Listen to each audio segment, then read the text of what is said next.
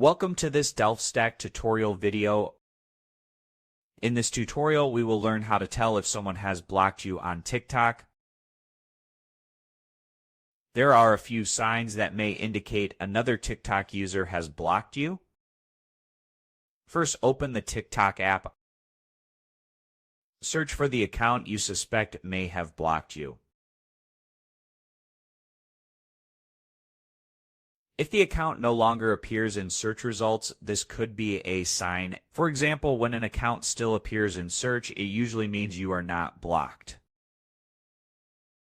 Another indicator is that you cannot view their videos. You may also be unable to like or comment on their content. Messages may fail to send if you were previously able to chat with them. Keep in mind that TikTok does not notify you when someone blocks you, so this must be checked manually.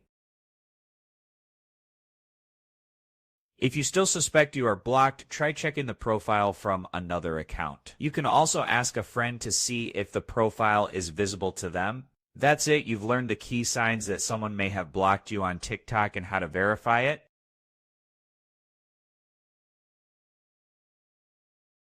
Thanks for watching, and don't forget to check out our other DelfStack tutorial videos.